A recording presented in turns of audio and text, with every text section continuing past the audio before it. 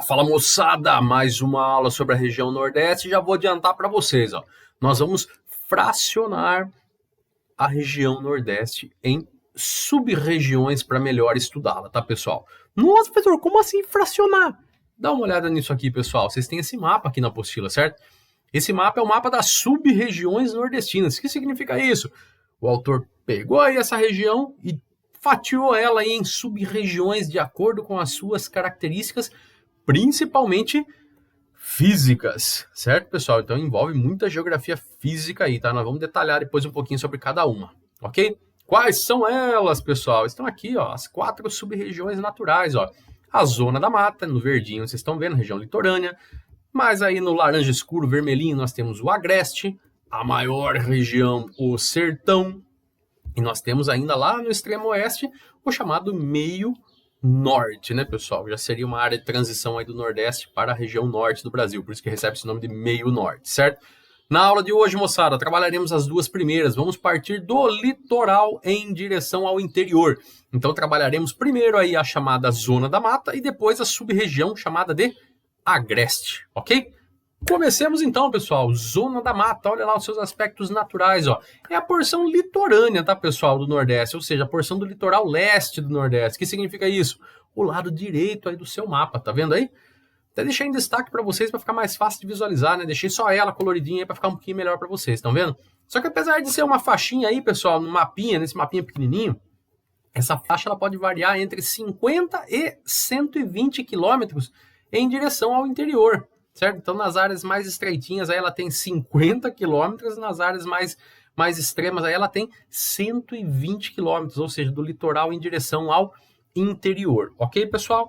Pois bem, quanto à vegetação, olha o nome dessa sub-região, galera, Zona da Mata, ou seja, é uma região, moçada, ou uma sub-região que num primeiro momento ela era ocupada pela chamada Mata Atlântica. Só que nós já trabalhamos na aula passada, pessoal, nós já vimos que a região Nordeste, principalmente o litoral nordestino, foi a primeira área de ocupação portuguesa no Brasil, certo? Então é daí que nós tivemos a extração do pau-brasil, é aí que nós tivemos um desmatamento para fundar as primeiras vilas, as primeiras cidades. Então, apesar do nome ser Zona da Mata, hoje as regiões que realmente contêm Mata Atlântica, pessoal, floresta tropical nessa região, nessa sub-região litorânea, são pequenas áreas, tá? De mata mesmo ficou só o nome, certo? Também no litoral nós podemos encontrar os chamados ecossistemas costeiros, né, pessoal? Áreas de mangue, áreas de dunas, restingas, como vocês podem ver, quando nós falamos de restinga, pessoal, nós estamos falando dessa vegetação litorânea que nasce entre meio aí essas areias, dessas dunas, como vocês estão podendo observar nessa segunda imagem aí mais abaixo, ok? Tranquilos. Quanto ao relevo, galera, olha no mapa agora, tá vendo? Relevo, viram? Olha ali, fiz um corte, pessoal. Seria ali um chamado perfil topográfico. Eu não, né? Quem fez isso daí foi o professor Jurandir Rossi. Se você voltar lá na aula dele do ano passado, vocês vão perceber que ele fez um corte que é o chamado corte Nordeste, certo? Qual corte? Esse aqui, galera. Olha o perfil topográfico aí com base no corte ocasionado pelo professor Jurandir Rossi. Estão vendo? Só que, moçada, esse corte aí, esse perfil topográfico, ele tá pegando grande extensão no Nordeste, como vocês podem ver, né? Do litoral até o interior, lá na divisa entre o Piauí e o Maranhão. Só que essa região que nós estamos estudando, que é só essa área verdezinha no cantinho que vocês estão vendo aí, que seria a Zona da Mata, corresponderia a qual porção desse perfil? Olha ele lá embaixo. Seria essa porçãozinha que eu pintei para vocês aí, ó, dos chamados tabuleiros litorâneos. Lembra que nós falamos na aula passada sobre os tabuleiros, pessoal? Olha aí, ó. Essa imagem tá até melhor do que aquela da aula passada, né, para enxergar os tabuleiros, né? Vocês veem aí, ó, são áreas bem planas, né? Só que chega próximo ao mar, você tem um relevo aí muito íngreme, né? Um declive aí muito grande, né, pessoal? Uma vertente muito íngreme que nós chamamos aí de falésias, né? Que são essas áreas que já foram erodidas aí pela ação marinha, perfeito? Então, quando você observar o perfil topográfico que eu desenhei aí embaixo, pessoal, a região da Zona da Mata corresponde simplesmente ao final aí desses chamados tabuleiros litorâneos, ok?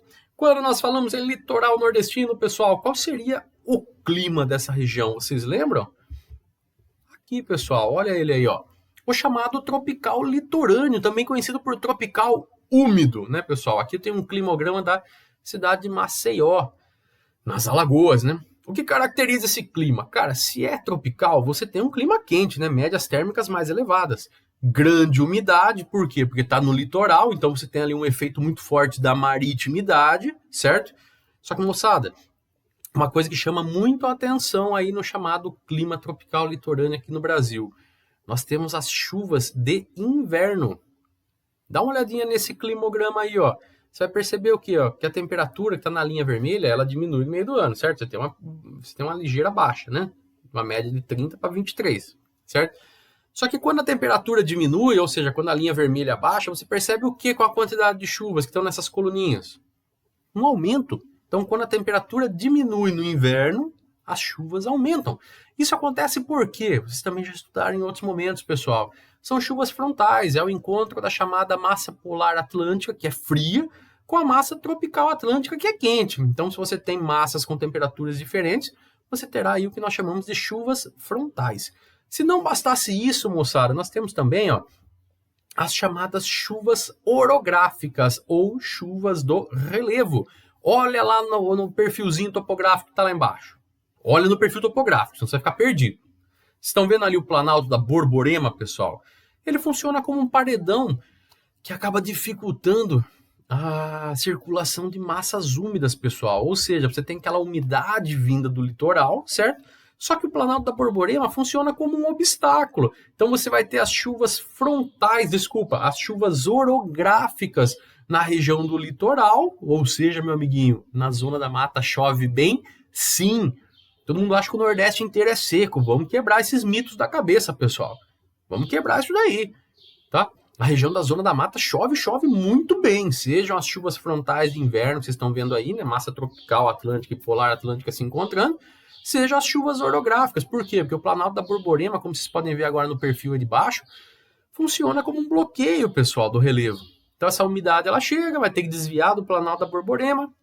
A hora que você tem aí a ascendência, né, a hora que sobe, você tem um ar um pouco mais frio, você tem uma maior condensação, formação de chuva, certo? Então, chuvas orográficas na região do litoral nordestino. Falou? E essa região, pessoal, quando nós falamos dela, no que se refere aos aspectos naturais, ela é muito importante, mas também aos aspectos sociais, econômicos e também históricos. Nós vimos que essa região foi a primeira a ser colonizada, certo? Não à toa, nós temos muitas capitais de estados, pessoal, nessa zona da mata. Ó. Natal, no Rio Grande do Norte, João Pessoa, na Paraíba, Recife, Pernambuco, Maceió, capital das Alagoas, Aracaju, capital do Sergipe e também Salvador, capital da Bahia, pessoal. Então a gente vai perceber o quê? Que capitais de estados estão concentradas no litoral do Nordeste. Pois bem, pessoal, e com tantas capitais importantes concentradas nessa região da Zona da Mata, só para vocês terem uma ideia, ó, 70% de toda a população nordestina, ou seja, pessoal, 70% de toda a população dessa região está concentrada numa única sub-região aí chamada Zona da Mata. Que só nesse mapa que eu coloquei para vocês aí, pessoal, nós já temos 1, 2, 3, 4, 5, 6 capitais de estados, né? Então são cidades mais importantes, são cidades que concentram mais bens, mais serviços, né? Oferecem mais bens e mais serviços e, consequentemente, acaba atraindo mão de obra, acaba atraindo pessoas para residir, né? Para estabelecer domicílio. Então, nessa região da Zona da Mata é onde nós temos aí a maior parte da população nordestina. Ó, certo, pessoal? Só que nós já sabemos, né, pessoal, que onde nós temos uma maior concentração de pessoas, nós temos sim um forte impulso da urbanização caminhando junto com a industrialização, ok? Então a região da Zona da Mata é a mais urbanizada, é a mais industrializada também do Nordeste. Lembrando que nós temos aí esses dois processos caminhando juntos, né? Urbanização e industrialização. Mas também nós temos que lembrar, pessoal, que essa região do Nordeste é onde nós temos os maiores níveis de desigualdade. Não confundir com níveis de pobreza, pessoal. Quando eu falo em nível de desigualdade, eu estou falando de maiores diferenças entre ricos e pobres. Isso pode ser observado nessa imagem aqui, ó, nos chamados alagados. Alagados é o que nós chamamos aqui no Centro-Sul de favelas, pessoal, certo? Só que lá eles chamam de alagados por quê? Porque são áreas, pessoal, muito próximas de áreas de mangue, tá? Então são áreas que, digamos assim, que na linguagem imobiliária são áreas pouco valorizadas e que acabaram formando aí comunidades acabaram formando favelas, só que lá eles não chamam de favelas, lá recebem o nome aí de alagados, ok? Quando nós falamos, moçada, em zona da mata, nós temos que lembrar muito a questão da economia. Os portugueses começaram os ciclos econômicos aqui no Brasil, pessoal, por essa região aí do Nordeste, tá? Pela chamada zona da mata nordestina. Como? Com os chamados latifúndio monocultores, que ainda hoje tem uma importância muito grande, pessoal. Essa região do Nordeste concentra um solo, pessoal, muito fértil por natureza, chamado de massapé, certo? E esses solos permitiam aí a cultura principalmente da cana-de-açúcar, né? Mas também do cacau, pessoal. Então toda essa região litorânea no primeiro momento foi tomada tanto pela monocultura da cana como pela monocultura do cacau. No caso do cacau, pessoal, é aqui nesse extremo sul da Bahia que eu acabei de colocar para vocês agora, que acabou sendo imortalizado aí em algumas cidades como Ilhéus, como Itabuna, imortalizados aí nas obras de Jorge Amado, né? Quem gosta desse autor, quem já teve a oportunidade de ler alguns livros dele, como por exemplo Gabriela Cravo e Canela, Capitães da Areia, entre outros ali, ele trabalha muito com essa questão da temática do sul da Bahia, né? Da zona cacaueira, tá? Vocês vão me perguntar, ainda tem esses latifúndios monocultores? Sim, pessoal. Diga-se de passagem que essa organização fundiária acabou influenciando muito no que o Nordeste é hoje, porque nós temos uma concentração de terras muito grande na mão de poucas pessoas, certo? Então isso determinou muito o que o Nordeste viria a ser depois, ou seja, o que ele é hoje, certo? O Nordeste depende ainda da cana-de-açúcar e do cacau, não que venha a depender, né, pessoal, mas ainda são atividades importantes, como também são atividades importantes a carnicicultura. O que seria carnicicultura, pessoal? Produção de camarões em cativeiro, pessoal, como vocês estão vendo aí, ó. Você tem aí uma produção de camarão em locais fechados. Isso ocorre nas regiões litorâneas por meio da formação aí de grandes tanques, certo? Como vocês podem observar nessa imagem aí. Pô, mas o Nordeste só depende de produtos primários? Não, pessoal, nós trabalhamos aí também a questão da modernização da região Nordeste na aula passada, lembra disso? Então nós temos que destacar, pessoal, um pouco dessa modernização. Por exemplo, ó, na região de Recife, hoje nós temos a formação de um porto digital. O que é isso? Mais de 100 empresas da área de TI, tecnologia da informação, pessoal. Nós temos ali ó, um complexo formado em Recife muito grande, com essas empresas de tecnologia de informação. Então você tem um centro de desenvolvimento de tecnologia, pessoal. Isso só foi possível graças à associação do governo estadual mais a Universidade Federal de Pernambuco, que formaram o chamado César, Centro de Estudos Avançados do Recife. Isso acabou atraindo muitas empresas, pessoal. Por quê? Porque a mão de obra começou a ser mais qualificada. Então nós temos hoje empresas como a Nokia, Samsung, LG, IBM, Motorola, entre outras, ok? Outra região, pessoal, que vem se desenvolvendo muito economicamente, novamente vou trabalhar com vocês, o polo de Camaçari, na Bahia, certo? É um polo petroquímico e automotivo. Vocês vão perguntar, nossa, mas como que se formou isso? Primeiro, pessoal, nós temos que lembrar que os primeiros poços de petróleo furados aqui no Brasil, perfurados, foram na região de Lobato, né, que seria ali do ladinho de Salvador, né? Na região ali do Recôncavo Baiano. Vocês podem observar no mapa que eu destaquei, olha lá no mapa, ó, Recôncavo Baiano, certo? Esse petróleo tornou possível, pessoal, a construção ali de um polo petroquímico, tá? Refina de petróleo, de derivados, né? Só que com isso também acabou atraindo empresas do ramo automotivo, pessoal. Não só por causa do petróleo, tá? Porque essa região do Recôncavo Baiano, ela tem uma boa localização em relação ao Nordeste, se for comparar com a proximidade ali do Centro-Sul.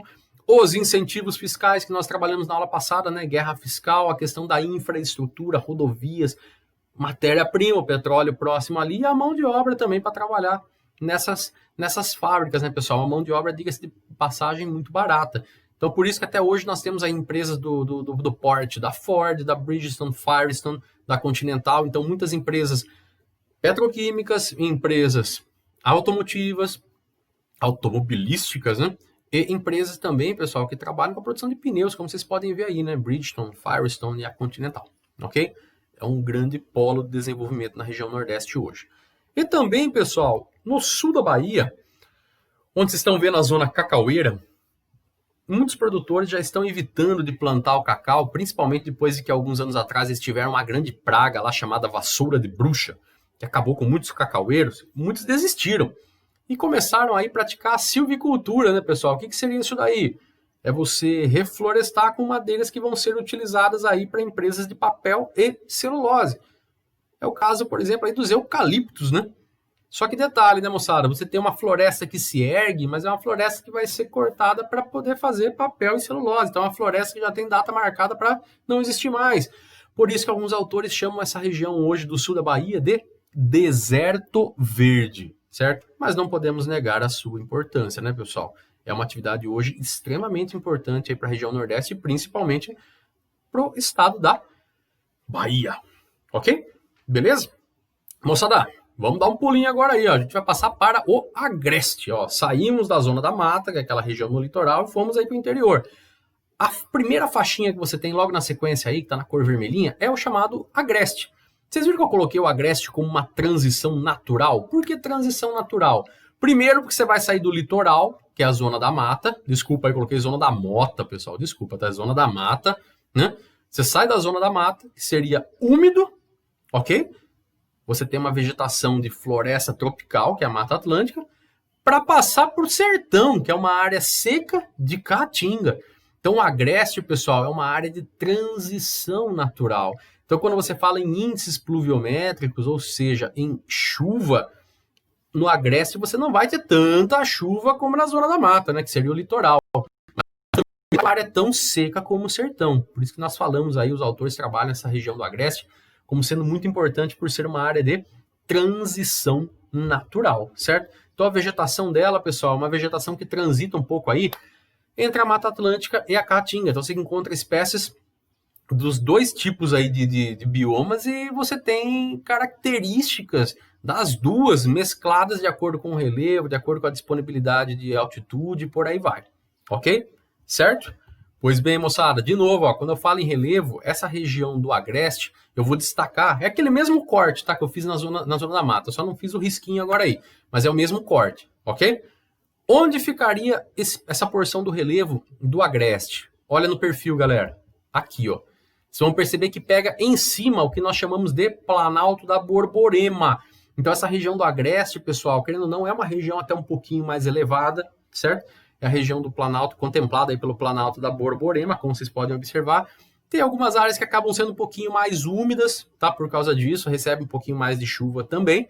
Então, nesse perfilzinho topográfico, é o que nós chamamos aí de Planalto da Borborema, certo? Ok? Agora, uma coisa importantíssima, pessoal. Enquanto a maneira de organizar as propriedades agrárias na zona da mata, ou seja, a sua estrutura fundiária, era baseada no latifúndio, isso desde a época da colonização, lembra? Latifúndio monocultor, ou seja, muita terra na mão de uma única pessoa ou poucas pessoas, né? Uma única produção voltada para exportação, certo? O Agreste é completamente diferente, pessoal. Nós temos minifúndios policultores. O que é isso? Enquanto na zona da mata as propriedades de terra são grandes, no Agreste as propriedades são médias e pequenas. São minifúndios. Enquanto que na zona da mata só se produzia cana e cacau, ou seja, monocultura, no Agreste nós temos, pessoal, a policultura. Por isso que os autores dizem que o Agreste acaba sendo aí a região que realmente, de fato, alimenta a região nordeste do Brasil, pessoal. Por quê? Porque se produz de tudo. Né? Quando a gente fala de policultura, vocês estão vendo na foto aí as hortaliças que são produzidas, mas também produzem aí arroz, produzem feijão, produzem milho, entre outros itens, tá? Então você tem, olha que diferença brutal, pessoal. Na zona da mata, grandes extensões de terra para plantar uma coisa só. Agora, no Agreste, não. Você tem médias propriedades, pequenas propriedades, mas plantando um pouquinho de tudo, certo? Então são minifúndios policultores. Sem contar que essa região do Agreste também se destacou muito já ao longo da história, pessoal, pela produção do chamado algodão arbóreo. É um tipo de algodão um pouquinho diferente, mas também muito utilizado na indústria têxtil, certo? Então, produção também do algodão, perfeito? Outra coisa que chama atenção, pessoal, nessa região chamada Agreste, é o que nós chamamos de cidades médias. Vocês viram que lá no litoral nós temos muitas capitais, né? Lembra disso? Natal, João Pessoa, Recife, Maceió, Aracaju, Salvador, todas as capitais desses estados estão no Nordeste, ali no litoral, na zona da mata. Só que se você adentrar um pouco do interior, moçada, tem muitas cidades importantes que estão crescendo, estão se tornando muito importantes também no contexto local, mas ainda são chamadas de cidades médias. Por quê? Porque estão nesse processo de crescimento. E eu vou destacar algumas para vocês, ó. Campina Grande, na Paraíba, Caruaru, olha, falando no Peru, pessoal, Pernambuco, pelo amor de Deus, né? Caruaru, lá em Pernambuco. Lembrando que Caruaru, pessoal, tem a chamada Feira de Caruaru, que é considerada uma das maiores feiras livres do mundo. Você tem ali uma grande área, um bairro inteiro quase formado por feira, pessoal. Vende de tudo, desde animais vivos até produtos de informática, só para vocês terem uma ideia, tá? Arapiraca, no estado das Alagoas, Itabaiana, em Sergipe, e também Feira de Santana, na Bahia, pessoal. Então são cidades médias, são cidades que se caracterizam historicamente por realmente ter esse lance da feira, tá? Da troca, do comércio. Diga-se de passagem que populações do Nordeste, ali do Sertão, durante muito tempo vinham para essa região do Agreste, pessoal, para poder comprar os itens que precisavam, tá? O Agreste sempre foi uma área de produção de alimentos, e essas cidades, vocês estão vendo, as chamadas cidades médias, se desenvolveram aí nesse contexto, certo? Todas elas hoje vem buscando aí um desenvolvimento maior no que se refere à industrialização, mas nenhuma delas a gente pode dizer que é fortemente industrializada, tá? Mas para o seu contexto regional, pessoal, essas cidades são de extrema importância. Por quê? Porque são entrepostos entre a zona da mata, que é o litoral, que nós acabamos de estudar agora há pouco, e o grande sertão, que nós vamos trabalhar na próxima aula. Aliás, por falar em próxima aula, pessoal, por hoje chega, né? Já trabalhamos bastante, eu sei que vocês estão aí cansados. Bate o olho na apostila agora, leitura, grifando e tirando dúvidas comigo, ok? Falou? Abraço, moçada, até a próxima!